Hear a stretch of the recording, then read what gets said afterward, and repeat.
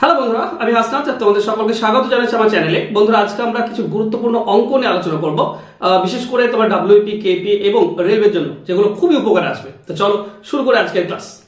দেখো, প্রথম প্রশ্ন এরকম দেওয়া আছে, একটি পরীক্ষায় 1200 জন ছাত্রের মধ্যে 80% বালক এবং 65% বালিকা পাশ করেছে। যদি মোট পাশের হার 75% হয়, তাহলে বলতে হবে বালক কত ছিল। দেখো, এগুলো আমরা অ্যালিগেশন মেথডে বের করি, আর অ্যালিগেশন মেথড খুব ইজিলি পেয়েও যাবে। তুমি কিভাবে করবে? দেখো, বালক কত আছে 80% আর বালিকা কত 65%। তো আমরা এইভাবে লিখি, মোটের উপর যে পার্সেন্টেজ সেটা আমরা মাঝে লিখি। তো মোটের উপর কত 75%, সেটা আমরা মাঝে লিখবো। এবার জাস্ট কোনাকুনি বিয়োগ করে দাও, তুমি অনুপাত পেয়ে যাবে, বালক এবং বালিকার অনুপাতটা পেয়ে যাবে। 80 থেকে 75 বিয়োগ করলে 5, আর 75 থেকে 65 বিয়োগ করলে 10, তারপরে 10 অনুপাত 5, তার মানে বলতে পারি 2:1। এই তো ব্যাপার। এবার মোট দেখো 1200 ছিল, একটা 2 ভাগ একটা 1 ভাগ, মোট 3 ভাগ। 3 ভাগ হচ্ছে 1200, তাহলে 1 ভাগ হবে 400। তার মানে এই 1 ভাগটা আমরা বলতে পারি 400। বালিকা আছে 400, কিন্তু এটা চাইনি, চেয়েছে বালক। তো 2 ভাগ হবে 800। তো বালক হবে 800, আর এটাই হবে সঠিক উত্তর। আশা করছি তোমরা বুঝতে পেরেছো। অপশন সি সঠিক উত্তর হয়ে যাবে। ক্লিয়ার সবার? চলো আমরা নেক্সট কোশ্চেনে যাই। দেখো, পরবর্তী কোশ্চেন দেখো, একটি গাড়ি একটি দূরত্ব যেতে যে সময় নেয় 4.5 ঘন্টা, গতিবেগ 5 কিলোমিটার বেশি হতো তাহলে 30 মিনিট কম সময় লাগতো। বলেছে কি এই গাড়িটির প্রথমে গতিবেগ কত ছিল। একটা সিম্পল জিনিস তোমাদেরকে বলি, ধরো একটা গাড়ির গতিবেগ 10 কিলোমিটার প্রতি ঘন্টা, মানে 1 ঘন্টায় 10 যায়। তাহলে বলো তো 2 ঘন্টায় কত যাবে? অবশ্যই 2 দিয়ে গুণ হয়ে যাবে, 20 কিলোমিটার যাবে। 3 ঘন্টায় যাবে 30।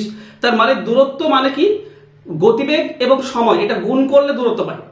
তো ধরো এখানে দূরত্ব আমার জানা নেই, আমি গতিবেগ ধরবো। ধরো প্রথমটা x কিলোমিটার গতিবেগ, এটা 4.5 ঘন্টা গিয়েছে, তাহলে দূরত্ব হবে x × 4.5। আবার এই দূরত্বটাই 5 কিমি বেশি যদি হয় গতিবেগ, তাহলে আধা ঘন্টা কম লাগে। তো গতিবেগ যদি 5 কিমি বাড়িয়ে দাও, মানে x + 5, তাহলে ওই দূরত্বটা কতক্ষণে গিয়েছে? 30 মিনিট কম। তার মানে বলতে পারি 4 ঘন্টায়, তাই না? তো 4 দিয়ে গুণ। তো এটাও দূরত্ব আর এই দূরত্ব, এই দুটি দূরত্ব তো সেম দূরত্ব, তো আমরা এই দুটিকে সমান লিখব।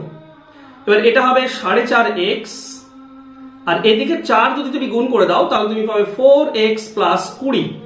4x এদিকে তুলে নিয়ে চলে এসো, 0.5 থাকবে। তো 0.5x সমান সমান হচ্ছে 20। তো x এর ভ্যালু কি হবে? 20 ডিভাইডেড বাই 0.5। আচ্ছা, 0.5 মানে তো অর্ধেক, অর্ধেক দিয়ে ভাগ করা মানে 2 গুণ হয়ে যায়, তারপরে এটা 40 পাবে তুমি, তাই না? 40 পাবে। তো অ্যান্সার হবে 40। অপশন এ হবে সঠিক উত্তর। বাস এইটুকুই, বুঝতে পেরেছো আশা করছি। চলো নেক্সট কোশ্চেন।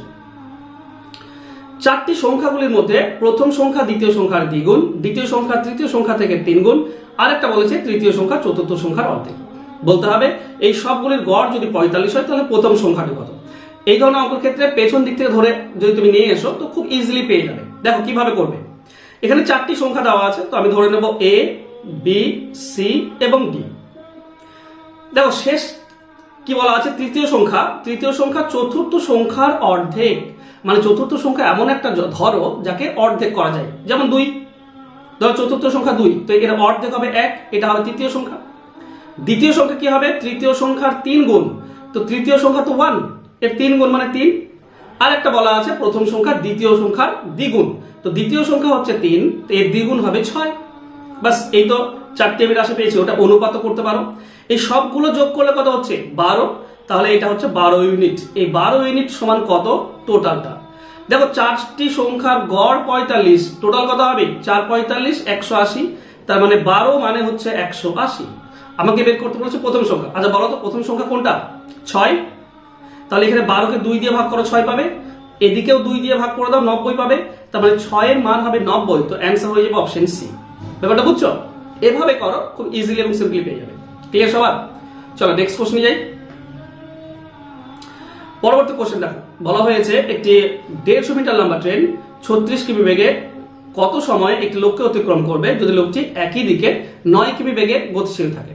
তো দুজনেই একই দিকে যাচ্ছে। আচ্ছা, দুজন যদি একই দিকে যায়, তো একে অপরের সাপেক্ষে যে গতিবেগ সেটা কি মনে হয়? কম মনে হয়, তাই না? একজন যদি বিপরীত দিকে চলে আসে, তাহলে গতিবেগ অটোমেটিক্যালি আপেক্ষিক গতিবেগটা বেড়ে যায়, মানে প্লাস হয়। আর দুজনে যদি একই দিকে যেতে থাকে, তো একে অপরের সাপেক্ষে মনে হবে যেন কম গতিবেগে যাচ্ছে। তো এখানে গতিবেগ কমে যাবে, ঠিক আছে? তো দাঁড়াবে কি? দেখো টাইম চেয়েছে, তো টাইম মানে হচ্ছে টোটাল ডিস্টেন্সকে টোটাল স্পিড দিয়ে ভাগ।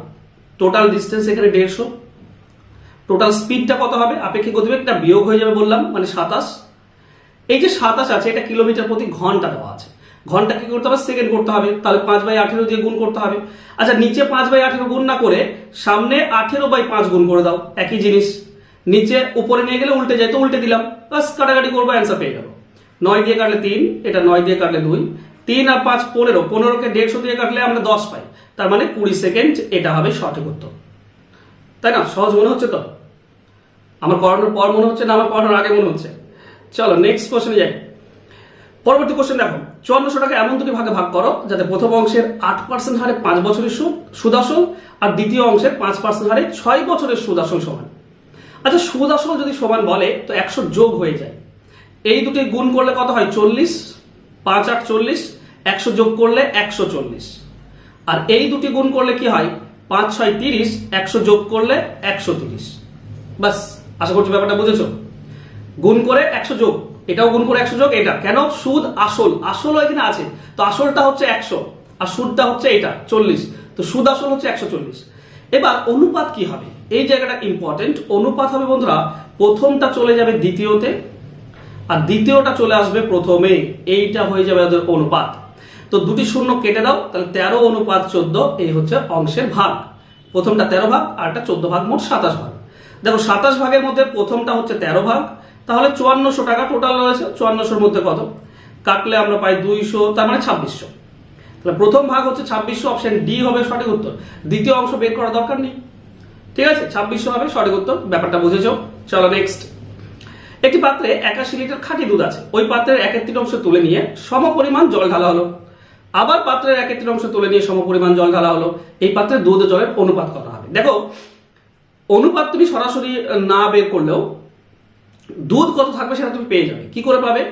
টোটাল তো 81 লিটার ছিল, বলো তো এই 3 ভাগের মধ্যে 1 ভাগ তুলে নিয়েছে, তাহলে দুধ পড়ে রয়েছে কত, 3 ভাগের মধ্যে 2 ভাগ, তাহলে আমরা বলতে পারি 3 ভাগের মধ্যে 2 ভাগ দুধ পড়ে আছে। এটা তো একবার গেল, আবারও সেটাই হবে, আবারও 3 ভাগের 1 ভাগ তুলে নেওয়া হয়েছে, তো 3 ভাগের 2 ভাগ থাকবে। এটা হচ্ছে কি 3 আর 3 কাটলে 9, 9 দিয়ে 81 কাটলে 9, তো 4 9 36, তার মানে দুধ রয়েছে 36। এবার টোটাল পরিমাণ তো কখনো কমেনি, কারণ দুধ তুলে নেওয়ার পর জল দেওয়া হয়েছে। 81 লিটার ছিল, তো টোটাল 81 লিটারই আছে, তো এর মধ্যে 36 হচ্ছে দুধ, তাহলে বাকিটা জল। তো 36 যদি দুধ হয় তো বাকি 45 হবে জল। 9 দিয়ে কেটে দাও 4, এটা 9 দিয়ে কাটলে 5, অনুপাত হবে 4:5। ক্লিয়ার? অপশন ডি হবে সঠিক উত্তর। চলো আমরা নেক্সট কোশ্চেন যাই। কোন ক্লাসে 20 জন ছাত্রের গড় বয়স 8 বছর, এখন একজন শিক্ষক যোগ দেওয়ায় গড় বয়স হয়েছে 10 বছর, তো শিক্ষকের বয়স কত? আচ্ছা ধরে নাও যে শিক্ষকের বয়স 8, প্রথমে ছাত্রদের 8 ছিল, শিক্ষকও 8, তো আমি লিখলাম 8। তাহলে সবার যদি 8 হয়, মানে শিক্ষকের যদি 8 হয়, তাহলে গড় 8ই থাকবে, কোনো চেঞ্জ হবে না। কিন্তু এখানে গড় পরিবর্তন হচ্ছে, গড় কি হয়েছে 8 থেকে 10 হয়েছে, মানে 2 বেড়ে গিয়েছে। আচ্ছা 2 যদি বেড়ে যায় তার মানে শিক্ষকের বয়স বেশি না কম? অবশ্যই বেশি, কারণ শিক্ষক বেশি নিয়ে এসছে বলে বাকি ছাত্রদের 2 করে বেড়ে গিয়েছে। তাহলে মোট দেখো এখন 21 জন, 20 জন ছাত্র আর একজন শিক্ষক 21 জন, এদের 2 বছর করে বেড়ে গিয়েছে, মানে 42 বছর বেড়ে গিয়েছে। 8 বছর হলে কোনো ব্যাপার ছিল না, কিন্তু 42 বছর সবার মধ্যে বেড়ে গিয়েছে, তার মানে শিক্ষকের বয়স 8 বছর প্লাস আরো 42 বছর বেশি, তার মানে 42 যোগ করে দাও 50 বছর। এটাই হবে অ্যান্সার, অ্যান্সার হবে অপশন বি। এবার এটা তুমি নর্মালি করতে পারো, এটা ডেটা খুব সিম্পল দেওয়া আছে, তো নর্মালি করলে তুমি অ্যান্সার পেয়ে যাবে। কিন্তু আমি যে ট্রিক্স দিয়ে করাচ্ছি, বোঝানোর চেষ্টা করছি, এটা যদি একবার বুঝে নাও না খুব ইজিলি হয়ে যায়। চলো নেক্সট কোশ্চেন। আচ্ছা বলেছে দুটি ট্রেন পরস্পরের দিকে গতিশীল, প্রথম ট্রেনের গতিবেগ 80 কিলোমিটার প্রতি ঘন্টা, এই ট্রেনের একজন যাত্রী 1000 মিটার লম্বা ট্রেনটিকে 18 সেকেন্ডে অতিক্রম করে, দ্বিতীয় ট্রেনের গতিবেগ কত? এই যে 1000 মিটার লম্বা ট্রেন, এটা পার করছে 18 সেকেন্ডে, তার মানে এটা যখন একজন যাত্রীকে পার করবে তখন 1000 মিটারই পার করে 18 সেকেন্ডে। আচ্ছা আরেকটা জিনিস এখানে দেখো, প্রথম ট্রেনের গতিবেগ দেওয়া আছে, এরা কোন দিকে গতিশীল? পরস্পরের দিকে গতিশীল, তার মানে আপেক্ষিক গতিবেগ, যে গতিবেগে পার করবে সেই বেগটা কি? সেই বেগটা যোগ হয়ে আছে, দুজনের যোগ ফলটা হচ্ছে আপেক্ষিক গতিবেগ। তো আপেক্ষিক গতিবেগ মানে কোন গতিবেগে পার করেছে?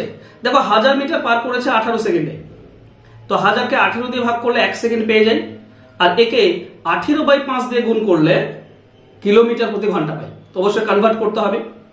তাহলে কাটাকাটি করো, 18 সঙ্গে এটা কেটে দাও, 5 দিয়ে 1000 কাটলে 200, তাহলে 200 কিলোমিটার প্রতি ঘন্টা এই গতিবেগে পার করেছে।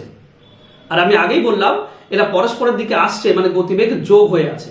তাহলে এটা যদি দুজনের যোগফল 200 হয়, তাহলে একজন তো 80 বলা আছে, বাদ দিয়ে দাও, বাকি আর একজনের পেয়ে যাবে 120। এটাই হবে সঠিক উত্তর, অপশন বি হবে সঠিক। ক্লিয়ার সবার? চলো নেক্সট কোশ্চেন। দুটি একই দৈর্ঘ্যের ট্রেন বিপরীত দিকে গতিশীল এবং একটি খুঁটিকে 18 এবং 12 সেকেন্ডে অতিক্রম করে, ট্রেন দুটি পরস্পরকে কত অতিক্রম করবে? দেখো এটা দুটো ফর্মুলা হয়, যদি একে অপরের দিকে গতিশীল হয় তো নিচে মাইনাস হবে, সরি প্লাস হয়ে যাবে, আর যদি একই দিকে গতিশীল হয় তো নিচে মাইনাস হয়। ফর্মুলা কি? ফর্মুলা হচ্ছে 2 ইন্টু এক্স ওয়াই গুণ উপরে নিচে X Y plus minus X Y. এবার একই দিকে যদি গতিশীল হয় তাহলে মাইনাস হয় নিচে, আর যদি বিপরীত দিকে আসে তো যোগ হয়ে যায়, স্বাভাবিক ব্যাপার, আমরা যেটা জানি। তো এখানে দেখো 2 ইন্টু 18 এবং 12 গুণ হবে উপরে, আর 18 12 যোগ হবে নিচে 30 যোগ হবে, কারণ বিপরীত দিকে গতিশীল। চলো 6 দিয়ে কাটলে 5, এটা 6 দিয়ে কাটলে 2, তো 18 2 36, 36 দিয়ে 72, 72 ডিভাইডেড বাই 5। আচ্ছা 5 দিয়ে ভাগ করার একটা নিয়মও রয়েছে। 5 দিয়ে ভাগ করার নিয়ম কি? উপরটাকে ডাবল করে দাও, এক ঘর দশমিক সরিয়ে দাও। তো 72 ডাবল করলে কত হয়? 144, এক ঘর দশমিক সরিয়ে দাও মানে 14.4 হয়ে গেল অ্যান্সার। তো অ্যান্সার হয়ে যাবে অপশন এ। ক্লিয়ার সবার? চলো নেক্সট কোশ্চেন। 15% বার্ষিক সরল সুদের হারে 15 টাকা 2 বছরের জটিল সুদ এবং সরল সুদের পার্থক্য 405 টাকা হলে বলতে হবে আসল কত। এটা 2 বছরের পার্থক্য বললে আসলের একটা ফর্মুলা আছে। এগুলো দেখো ফর্মুলা আমি ইউজ করছি, এগুলো ফর্মুলা বলছি, কিন্তু এগুলো স্বাভাবিক জিনিস। তুমি চক্রবৃদ্ধি সুদ পড়ো বা সরল সুদ পড়ো, এইসব জিনিস না জানলে তো হয় না, সিম্পল জিনিস, এগুলো জানতে হবে। দেখো এখানে সরাসরি তোমরা যদি বের করতে পারো, আচ্ছা difference into 100 by R into 100 by R, এই হচ্ছে সিম্পল ফর্মুলা, মনে থাকবে। তাহলে ডিফারেন্স হচ্ছে 405, উপরে 2 বার 100 যাবে আর নিচে 2 বার 15 আসবে, 15 ইন্টু 15, বাস কাটাকাটি করে অ্যান্সার পেয়ে যাবে। ওকে, এটা 405 হবে। ওকে, আচ্ছা 15 দিয়ে এটা কেটে দাও, 15 2 30, 105, 15 7 105, এটা 5 দিয়ে কাটলে 3, এটা 5 দিয়ে কাটলে 20, 3 দিয়ে 27 কাটলে 9, তো 9 2 18, আর 3টি শূন্য পাচ্ছি মানে 18,000, এটা হচ্ছে আমাদের উত্তর। ক্লিয়ার সবার? চলো নেক্সট।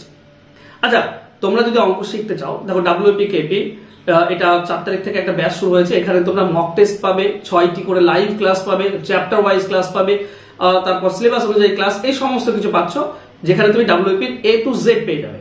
আর WP টাইপ ওয়াইজ আমি তোমাদেরকে বলেছিলাম যে টোটাল 20টি তোমার চ্যাপ্টার আর 20টি করে টাইপ, তার মানে মোট 400টি কোশ্চেন। এই 400টি কোশ্চেন আগামী 10 তারিখ থেকে নতুন ব্যাচ শুরু হচ্ছে, তোমরা যোগ দিতে পারো। যদি শুধুমাত্র টাইপ শিখতে চাও যে এই টাইপগুলো করবো প্রত্যেকটি চ্যাপ্টার থেকে, তাহলে এই নতুন ব্যাচে ভর্তি হতে পারো। আর যদি মক টেস্ট এবং চ্যাপ্টার ধরে ধরে অঙ্ক শিখতে চাও, তাহলে এই নাম্বারে ফোন করতে পারো, ঠিক আছে? দুটোই তোমরা পেয়ে যাবে, নিচে ফোন নাম্বার দেওয়া আছে, যোগাযোগ করে নিও। ধন্যবাদ।